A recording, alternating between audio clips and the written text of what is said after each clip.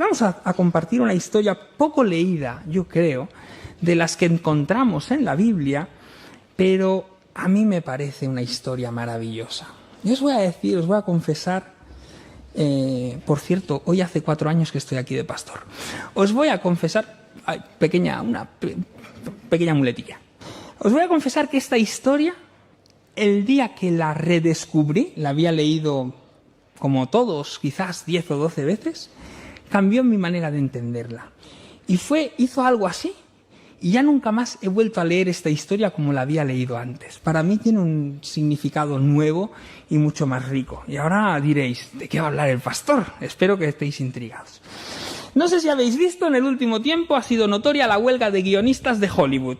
No sé si los habéis escuchado, pero los guionistas de Hollywood están en pie de guerra y llevan más de 100 días de huelga. A mitad de agosto se cumplieron 100 días. Han parado Hollywood por varios motivos que les hacen temer por su futuro. Entre otros, leí que esto de la inteligencia artificial que puede crear guiones les tiene muy asustados a los guionistas. Lo cierto es que hoy, como nunca o antes, se escribe literatura, prensa, teatro, y es accesible a todos los públicos y para todo el mundo. Nunca se han contado tantas historias como en la actualidad. Eso que los hombres y las mujeres llevamos haciendo desde que nos reuníamos alrededor del fuego, esas historias alrededor del fuego que ya los antiguos hombres primitivos se contaban para explicar sus memorias, sus tradiciones, sus sentimientos, sus esperanzas, su religión, etcétera, etcétera. Pero hoy, en este alud de publicaciones y de tanta producción como hay, y sabéis que hoy necesitamos muchos creadores de contenido, que es una frase o una profesión nueva que existe. Allí tenemos un gran creador de contenido por ahí al final. Y como necesitamos creadores de contenido, se explican muchísimas historias, pero lo cierto también es que muchas de ellas se nos olvidan enseguida. Me ha sucedido en alguna ocasión ver una película, volverla a ver y no recordar que la había visto, de lo mala que era. Porque cuando es buena me acuerdo de ella, pero cuando es muy mala la olvido por completo. Leer una noticia o un libro y pensar, quedar en el fondo de mi memoria, en la parte esa donde almacenamos lo que, yo qué sé, la papelera del cerebro. Debe haber una papelera en el cerebro, como en el ordenador, y ahí tiramos los archivos que sobran para no sobrecargar el disco duro que tenemos aquí arriba. Pues ahí muchas de esas cosas que leemos terminan yendo ahí. Pero los buenos relatos no, las buenas historias no. Y entonces, como decía al principio, tuve la sensación hace unos años atrás, leyendo una historia de la Biblia, y todas las historias de la Biblia son valiosas, pero tuve la sensación de que estaba ante una gran historia. Es la que os voy a leer hoy en Hechos capítulo 8, 26. Dice así, Hechos capítulo 8, 26. Un ángel del Señor le habló a Felipe y le dijo, este Felipe probablemente es Felipe el diácono, no el discípulo de Jesús, no uno de los apóstoles.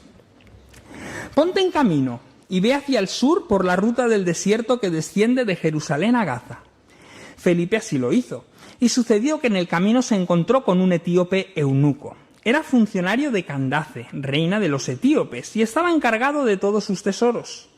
Había venido a Jerusalén para adorar, y volvía sentado en su carro leyendo al profeta Isaías. El Espíritu dijo a Felipe, acércate, júntate a ese carro. Acudió Felipe y le oyó que leía al profeta Isaías. Le preguntó, ¿pero entiendes lo que lees? El eunuco, el tesorero aquel, dijo, ¿y cómo podré entenderlo si nadie me lo explica? El etíope rogó a Felipe que se subiera y se sentara con él. El pasaje de la Escritura que leía era este. Como oveja fue llevado a la muerte y como cordero mudo delante de su trasquilador no abrió su boca. En su humillación no se le hizo justicia, mas su generación, ¿quién la contará? Porque su vida fue quitada de la tierra de los vivientes. El eunuco tomó la palabra y dijo a Felipe, te ruego que me digas de quién dice el profeta esto, ¿de sí mismo o de algún otro? Felipe, partiendo de este pasaje, le anunció el evangelio de Jesús. Prosiguiendo el camino, llegaron a un lugar donde había agua, y dijo el eunuco, aquí hay agua, ¿qué impide que yo sea bautizado? Felipe respondió, si crees de todo corazón, puedes. Él respondió, creo que Jesucristo es el Hijo de Dios. mandó parar el carro, descendieron ambos al agua y Felipe le bautizó. Salieron del agua y el Espíritu del Señor arrebató a Felipe. El eunuco no le vio más, pero siguió gozoso su camino. Felipe apareció en Azoto y de camino anunciaba el Evangelio en todas las ciudades hasta llegar a Cesarea. ¿Habéis escuchado esta historia alguna vez? Probablemente sí, muchos la conocéis. Es la historia del eunuco etíope, el funcionario real de las reinas de Candace en el sur de Egipto, y el encuentro que tiene con Felipe. Os quiero contar 3 cosas y una conclusión sobre esta historia. La primera de ellas es que estamos hablando de un gran relato. Creo que tenemos entre manos un gran relato, una gran historia. Y toda historia, toda buena historia, tiene que ser una historia que merece la pena ser conocida. No valen historias que pasan desapercibidas, no valen historias que no nos vayan a quedar en la retina, que no nos vayan a decir nada. Y esta es probablemente una de esas historias. Toda buena historia debe de tener un relato potente. Esa es la primera condición para construir una buena historia.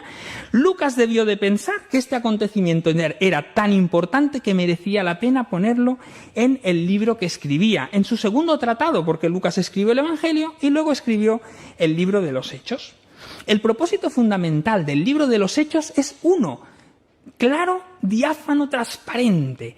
Lucas nos quiere decir desde el principio al final que se cumple aquello que Jesús había dicho: id por todo el mundo y predicad el Evangelio, me seréis testigos desde Jerusalén hasta Samaria y hasta lo último de la tierra. Y lo que sucede en el libro de los Hechos es justamente eso. Empiezan los discípulos predicando en Jerusalén, después de una persecución, es el momento en el que estamos, empiezan a predicar en Samaria, alrededor, cerca de Jerusalén, y desde allí luego darán el salto a través del apóstol Pablo hasta lo último de la tierra, que será la ciudad de Roma, que es donde acaba el libro de los Hechos. Acaba en Roma, que es la capital del mundo conocido. Así que aquí Lucas, en su propósito, nos quiere contar que el Evangelio está avanzando a todos los rincones de la tierra y nos cuenta cómo alcanza al primer africano del que tenemos constancia, aunque quizás hay un personaje por ahí que aparece antes en la Biblia que también podía ser africano, pero este es el primer africano del que tenemos constancia de un testimonio potente de su conversión. Es un funcionario real, se nos dice que es etíope, pero realmente con toda probabilidad era nubio, un imperio ya desaparecido. Habréis visto las pirámides de Egipto en los documentales del National Geographic, o quizás habéis estado en Egipto. Existe una riqueza también, un patrimonio importante de pirámides, que son las pirámides del imperio nubio, de los cusitas o de Meroe, que están más abajo en el sur, pasado la presa de Asuán y cerca de Jartum, la capital de Sudán. Hoy pertenece, creo que está en los límites de Sudán, Etiopía, Egipto.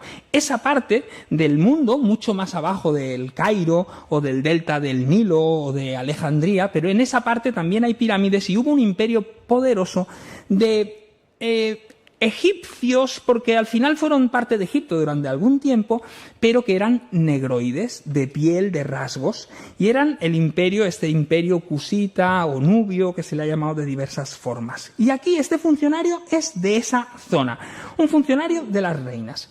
Aunque este funcionario etíope parece ser el primer converso gentil, la Biblia guarda ese espacio para Cornelio, que aparece 2 capítulos después. En el capítulo 10, Pedro abre la puerta a los gentiles, a los que no eran judíos de nacimiento, para que se conviertan al Evangelio. Y allí Pedro predicará a Cornelio, y Cornelio quedará para la historia del Evangelio como el primer converso gentil, porque si os acordáis, Jesús le había dicho aquello de que le iba a dar las llaves del reino, del cielo, y entonces, de alguna manera, Pedro es el que abre el primer discurso de Pentecostés y también el primer discurso hacia los gentiles, aunque será Pablo el que llevará el ministerio entre ellos.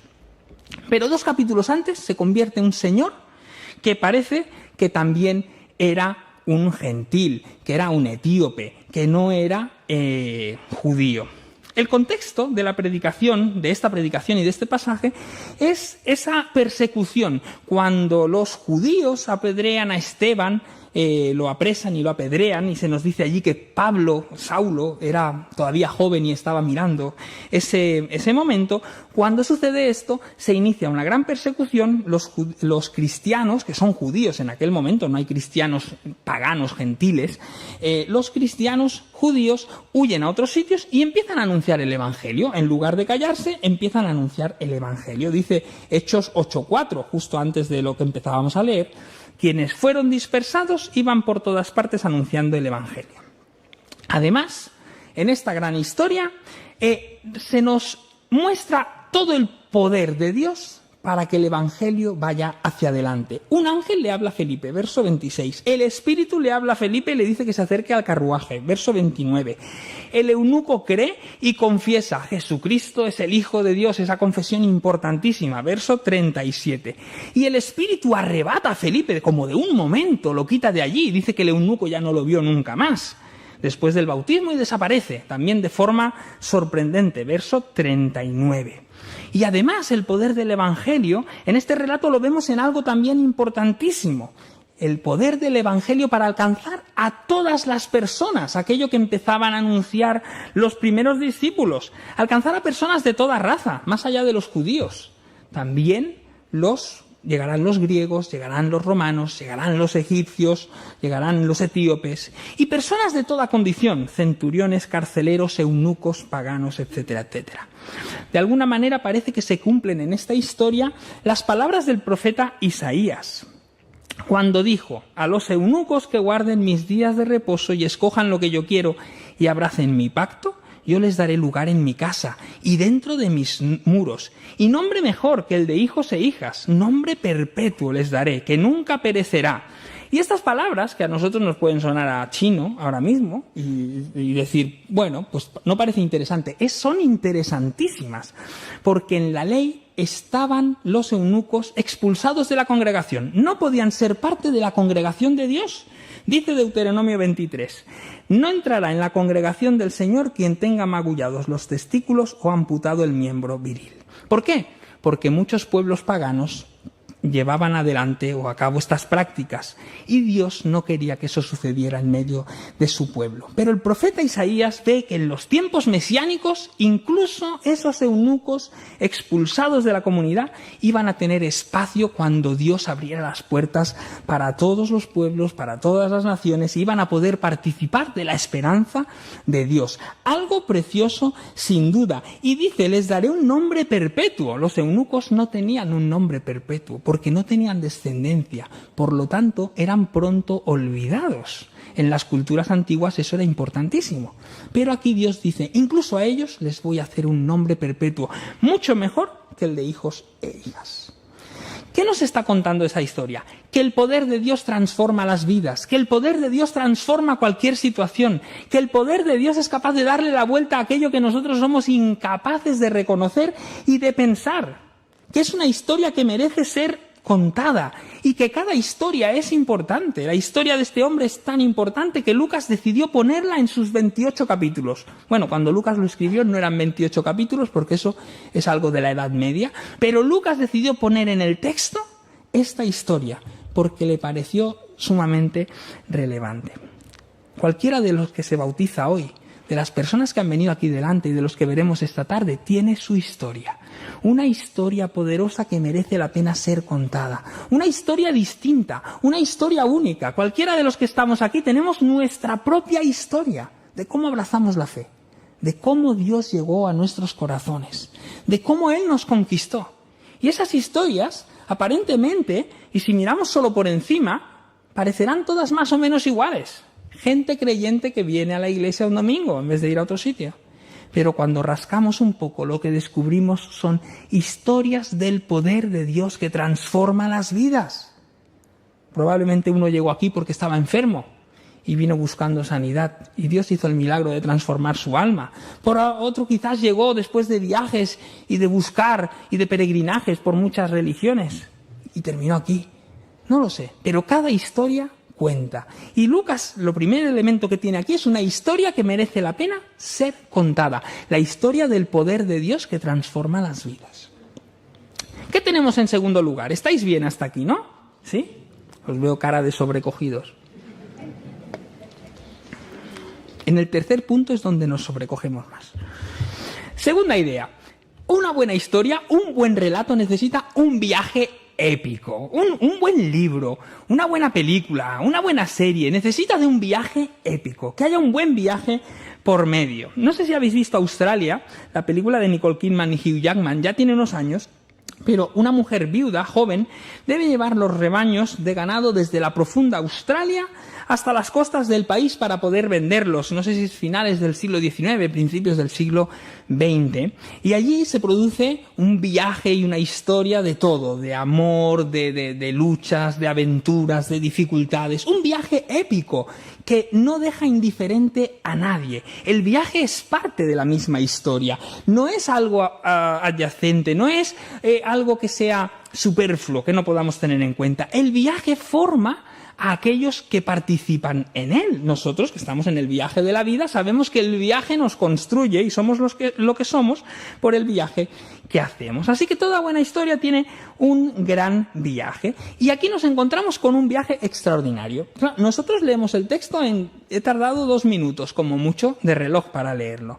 Pero resulta que se nos cuenta, si lo leemos entre líneas, un viaje épico, más aún en aquella época. Resulta que, como decía antes, en este encuentro, el peregrino, este hombre vino en peregrinaje, nos dice el texto, desde Etiopía, desde Nubia, ya lo hemos situado, una ciudad que se llamaba Meroe, hasta Jerusalén. Seguramente venía a la Pascua o a alguna fiesta importante de los judíos, porque dice que venía en peregrinaje y ahora volvía a su tierra. Como ya he dicho antes, parece que pertenece a Nubia, a Meroe, donde gobernaban una casta de mujeres guerreras, las Candaces, que significaba reinas. Todas se llamaban así, como los Césares, los faraones o las Cleopatras. Y estas mujeres tenían a cargo algunos funcionarios reales que eran eunucos, como el de esta historia. Google Maps, que es maravilloso, una herramienta fantástica, sobre todo cuando llegas a un sitio nuevo como Madrid, te sirve de mucho. Google Maps dice que separan Meroe de Jerusalén 2.400 kilómetros. Ahora, yo no sé si te has hecho 2.400 kilómetros alguna vez en coche, pero si te has hecho a la aventura, tus riñones, tu espalda, tu circulación, todo queda un poco tocado. 2.400, y pensemos en un todoterreno de esos modernos, que vas bien cómodo y puedes parar en las áreas de servicio y tomar café y comer y todo lo que tú quieras. Pues ahora imagínate 2.400 kilómetros hace 2.000 años. Y no son 2.400 kilómetros, porque hay que ir y hay que volver también. Estamos hablando de 4.800 kilómetros. Existía una ruta conocida desde los tiempos de Heródoto, la ruta de los 40 días, que conectaba el delta del Nilo, lo que es la zona del Cairo, con Jartum, en el Sudán. O sea, que pasaba por Meroe. Así que hay unos 40 días más o menos hasta Alejandría o el delta del Nilo, pero todavía quedaban unos días para llegar hasta Jerusalén. Un viaje de 2 meses, así por lo corto. Y me pregunto qué le hizo al eunuco viajar tan lejos. Quizás negocios reales, probablemente tendría varias etapas el camino, quizás no solo iba a adorar a Jerusalén. Quizás un viaje político para tejer alianzas favorables a su reino, porque las Candaces estaban muy movilizadas en aquella época e incluso fueron capaces de vencer al emperador romano unos años antes en una guerra cerca de sus territorios. O quizá, lo que nos cuenta la Biblia, un viaje espiritual.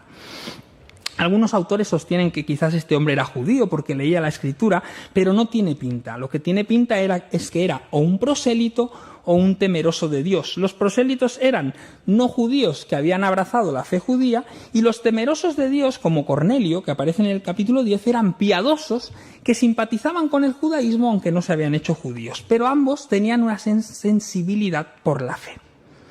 Este viaje no era cualquier viaje. Y este eunuco pertenecía a uno de esos dos grupos. Pocas imágenes son más visuales para relatar la fe que hablar de un viaje. La fe es como un peregrinaje. Decimos que somos peregrinos y extranjeros en esta tierra muchas veces. La fe es un largo peregrinaje. Nuestra vida es un viaje.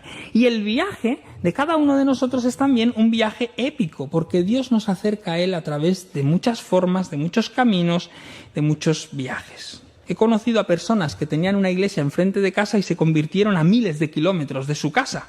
O personas que nacieron en un hogar cristiano y se convirtieron cuando ya eran adultos o mayores. O personas de ambiente totalmente ateos que abrazaron la fe a través de experiencias sencillas que nadie hubiera pensado que podían hacerles cambiar su corazón. Porque Dios trabaja en nuestros corazones de manera que no entendemos. Por eso estamos cada uno de nosotros aquí. Porque en el fondo no podemos a veces ni explicar qué pasó. Pero Jesús me cambió. No sé explicarlo del todo, no sé contar, el viaje fue largo. Dice Jesús a Nicodemo, el viento sopla por donde quiere, oyes su sonido, mas ni sabes de dónde viene ni a dónde va. Así es todo el que es nacido del Espíritu. No sabemos cómo Dios obra en los corazones, no sabemos cómo Dios actúa en las vidas, qué está haciendo Dios por debajo. A veces no somos capaces de verlo en ese viaje a través de años. Felipe pudo pensar, esto no va conmigo, este señor es etíope, se va a ir, este señor no va a sumar uno más en la iglesia que estoy montando allí en el pueblo de al lado o en la ciudad aquí más cercana. Este señor es de otra religión, este señor tiene otro credo, tiene un color de piel diferente al mío, ¿por qué me voy a acercar al carruaje y a predicarle? Seguro que se le ocurrieron 35 excusas buenísimas para no predicarle. Pero Felipe fue sensible a la voz de Dios que le dijo, acércate al carruaje. Y cuando escuchó, vio una oportunidad para abrirle el evangelio a aquella persona. A veces queremos explicarlo todo de la fe, queremos tener todas las respuestas, explicar cómo Dios actúa en cada corazón, hacer la oración de fe salvadora, que es algo que nos enseñaron, y creer que con eso va a ser suficiente. Pero el peregrinaje de la fe es toda una vida de viaje, hermanos, toda una vida, y empieza antes de que lo sepamos. Este hombre había empezado a descubrir la fe mucho antes de que Felipe le predicara. Ya tenía el corazón preparado y predispuesto. Cuando Felipe se subió al carro o al carruaje, encontró un corazón perfectamente abonado para contarle el mensaje de Jesucristo y que su vida fuera transformada. La fe es un viaje apasionante, hermanos. Y ¿sabes? No debemos de desmerecer a nadie en ese viaje. A veces queremos que todos estén donde yo estoy, donde yo he llegado del viaje, en la etapa que yo me encuentro, que todos los cristianos sean como yo y se parezcan a mí, y todos estén en la misma etapa y podamos compartir lo felices que somos en esta etapa de la vida, donde yo ya me situé. Pero eso no es así. Mi propia experiencia ha pasado por varias etapas, por varias maneras de entender la fe. Vivencias múltiples y diversas. Y no soy tan viejo, hermanos, Estoy ahí en la mitad del partido todavía. Cada uno de nosotros pasamos por muchísimas etapas en ese viaje. Y a veces queremos pensar o intentar poner a los otros en nuestro patrón. No desmerezcas el viaje de nadie, ni siquiera de aquellos que parece que no creen. Porque Dios está trabajando en los corazones antes de que nosotros lo sepamos. Dios ya está haciendo algo mucho antes. Me acuerdo de una chica en la otra iglesia que fui pastor, en el Redentor, que mucho antes de conocer una iglesia evangélica decía, yo ya creía. Y el día que entré en una iglesia evangélica pensé, esto es lo que yo he estado buscando toda la vida.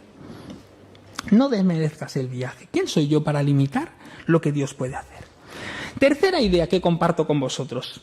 Toda buena historia necesita una historia potente, un relato que nos impacte, necesita también un viaje épico y necesita un protagonista a la altura de las circunstancias. Sin un gran protagonista no tendremos una gran historia, así que los guionistas se vuelven locos por encontrar esos protagonistas especiales que encajen bien. Las grandes novelas, las grandes películas, las grandes historias siempre están asociadas a personajes igualmente memorables, que nos transmitan y que nos hablen de lo que es ser humano y de las contrariedades de lo humano, villanos, grandes villanos y grandes héroes. También necesitamos de todo eso. En el libro de los Hechos, el gran protagonista de la historia es Dios, no queda duda ninguna. Es el Espíritu Santo obrando en la Iglesia quien hace los milagros y prodigios para que el Evangelio avance. Felipe también se convierte en un actor secundario de lujo cuando se muestra apasionado por el evangelismo y es sensible a la voz de Dios. Se acerca a Dios, se muestra sensible a Él, sensible para ver las oportunidades y hablar. Pero sin duda el gran protagonista de esta historia no es otro que el eunuco. Y aquí es donde yo descubrí algo que para mí fue importante, quizás no para todos. ¿Qué texto está leyendo el eunuco? ¿Os acordáis del texto que lee el eunuco? Lo voy a leer. Como oveja fue llevado a la muerte, y como cordero mudo delante de su trasquilador no abrió su boca. En su humillación no se le hizo justicia, mas su generación, ¿quién la contará? Porque su vida fue quitada de la tierra. ¿Por qué leía esto el eunuco? Los cánticos del siervo sufriente. Creo que no fue pura casualidad, fíjate tú. Porque en Isaías, en el rollo que llevaba probablemente, Isaías no cabía en un rollo a lo mejor entero, pero en la parte que llevara, quizás podía haber leído los cánticos del futuro glorioso de Sión, cánticos de esperanza maravillosos, o los anuncios del edicto de liberación de Ciro, cuando dice: Ciro, mi siervo escogido para que haga lo que yo quiero, o los cánticos del consuelo de Isaías 40, están muy cerquita. Y en cambio leía los cánticos del siervo sufriente. ¿Sabéis lo que creo? Que este hombre había sufrido tanto que aquel texto conectó con él, porque a veces necesitamos cosas que conecten con nuestras vidas.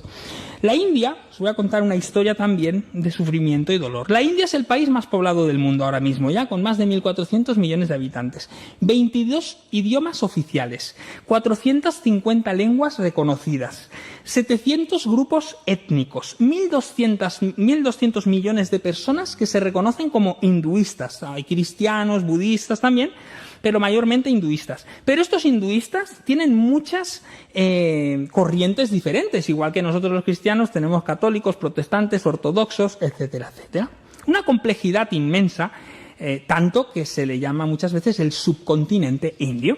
En la India existe un grupo no pequeño que se llaman los hijras. Entre 500.000 y 5 millones de personas se calcula. Y la historia de los hijras, no es una historia sencilla. En la India se les reconoce como el tercer sexo. Nosotros en Occidente simplificaríamos y diríamos que son transexuales. Esa sería nuestra idea.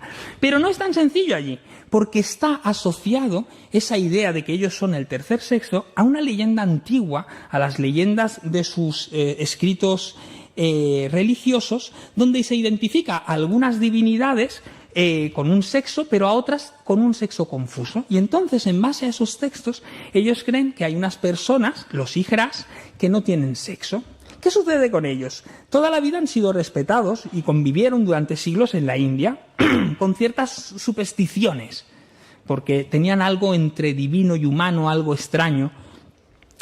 Pero cuando llegaron los británicos, con su mentalidad cristiana, impusieron sus leyes y fueron muy poco tolerantes con ellos. Así que su historia es una historia de sufrimiento, de incomprensión, de soledad. Se vincula a la prostitución, a los abusos sexuales y en muchos casos a la castración, porque aquellos que se sienten, o los verdaderos hijras, hay otros que no lo son, pero aquellos que son verdaderos, como no tienen un sexo definido, muchas veces se castran ellos mismos. Cuando veáis una imagen de ellos en internet, si los veis o los buscáis, no seáis simplistas, no penséis que esto es sencillo de valorar. Es sencillo desde Occidente, pero muy complejo si entras dentro de su cultura. ¿Por qué digo todo esto, hermanos? Hemos leído en 2 minutos la historia del eunuco etíope, el funcionario real que se convirtió a Jesús. Es maravilloso. Pero ¿y la historia de sufrimiento que hay detrás? Esta semana llevamos una semana o dos con la polémica de Rubiales, del beso, de los abusos entre las mujeres.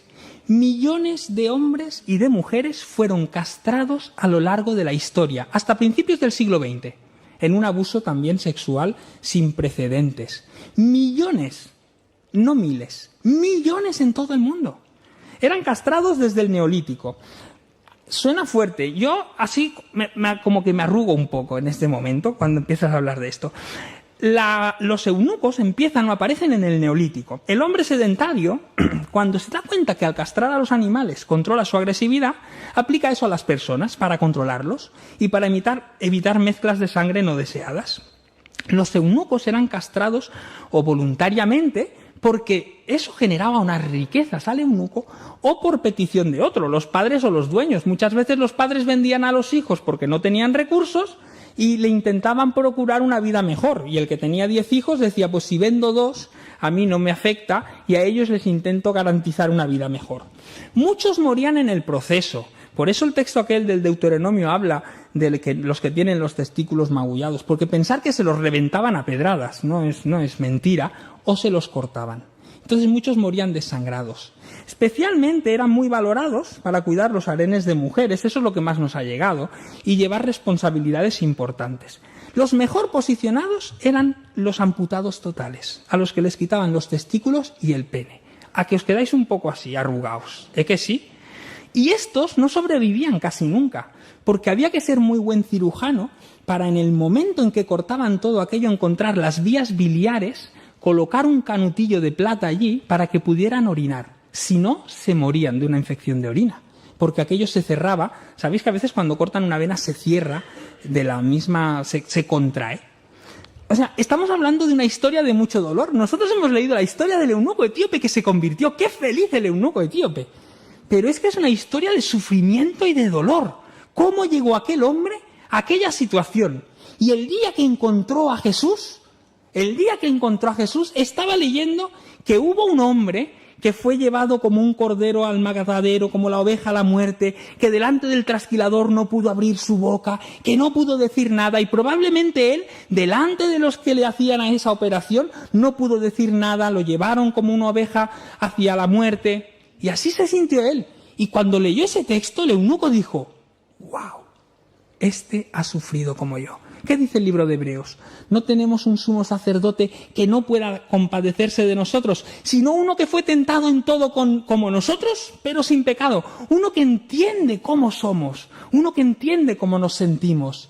No tenemos un Dios que no nos comprende, que está fuera de nuestra órbita, que vive en otro mundo, sino un Dios que se ha hecho como nosotros y entiende nuestra fragilidad, nuestra debilidad, nuestras tristezas. La historia del eunuco era una historia de sufrimiento, pero además había un sufrimiento más importante todavía, el sufrimiento existencial y espiritual.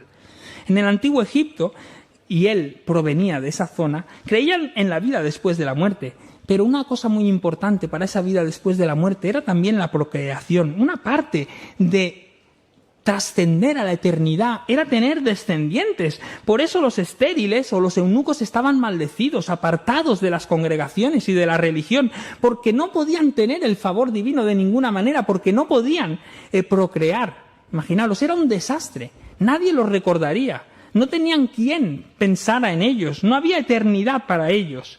Y cuando Felipe se sube al carro y le dice a aquel hombre que sí que hay una eternidad para él, que hay una salvación, ¿qué pensáis que pasa en la vida de ese hombre? Se le transforma por completo. Fijaos lo que dice el texto. Cuando salió de allí y se bautizó, salió gozoso. Y no es una palabra, no la dice porque sí Lucas, la dice porque nos está explicando que aquel hombre, su vida cambió por completo. Sucede como en el eunuco, encuentra el texto que le va a cambiar la vida. ¿Sabes? Dicen que solo sabes o solo reconoces que necesitas un gato para el coche, un gato para cambiar la rueda, el día que se te pincha la rueda. Pues Jesús era el gato que el pinchazo del eunuco necesitaba. Aquel etíope encontró en Jesucristo aquello que estaba buscando.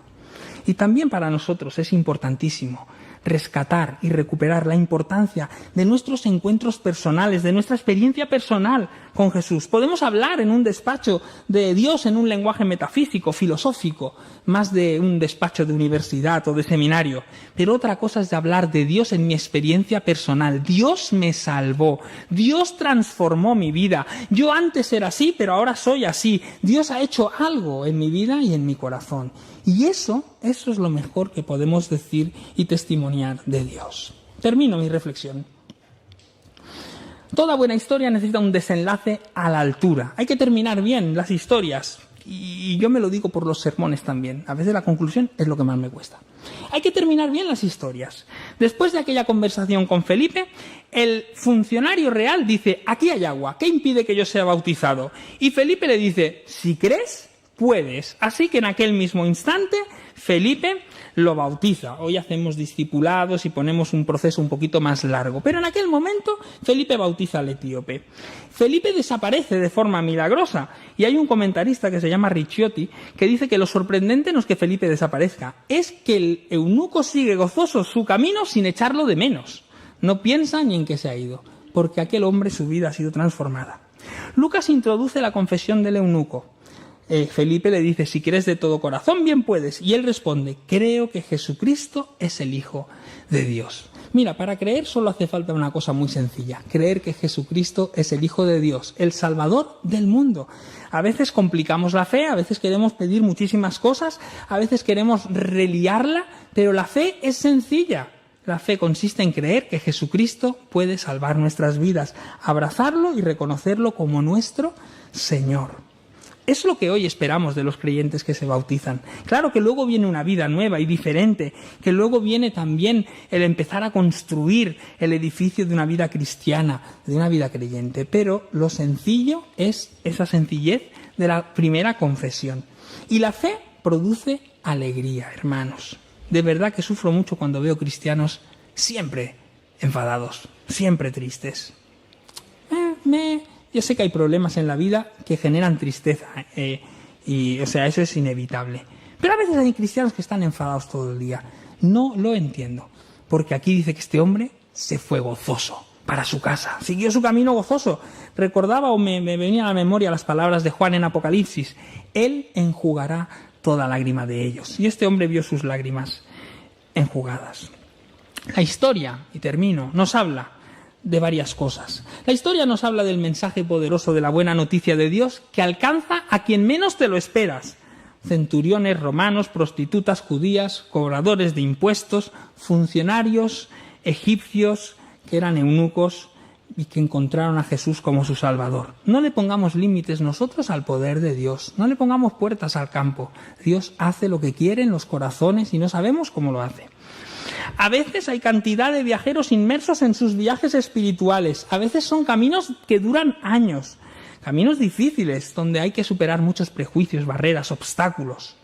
No desmerezcas nunca el camino de otra persona, el punto del viaje en el que se encuentra.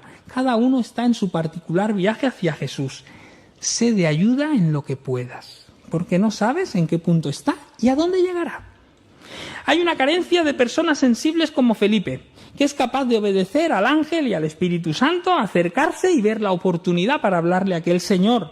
No busca prejuicios, excusas, alternativas ni otros planes. Se deja guiar por el Señor. Y tú y yo podemos ser de esos. Y hay a nuestro alrededor un montón de milagros esperando a que las piezas del puzzle encajen para suceder. Vamos a abrir los ojos y el corazón para verlos pasar y para que cada uno de nosotros pueda ser protagonista, de alguna manera, de esas historias, protagonistas de lo que Dios quiere hacer, porque Él es quien se lleva la gloria en este relato y en este texto. Que el Señor nos bendiga.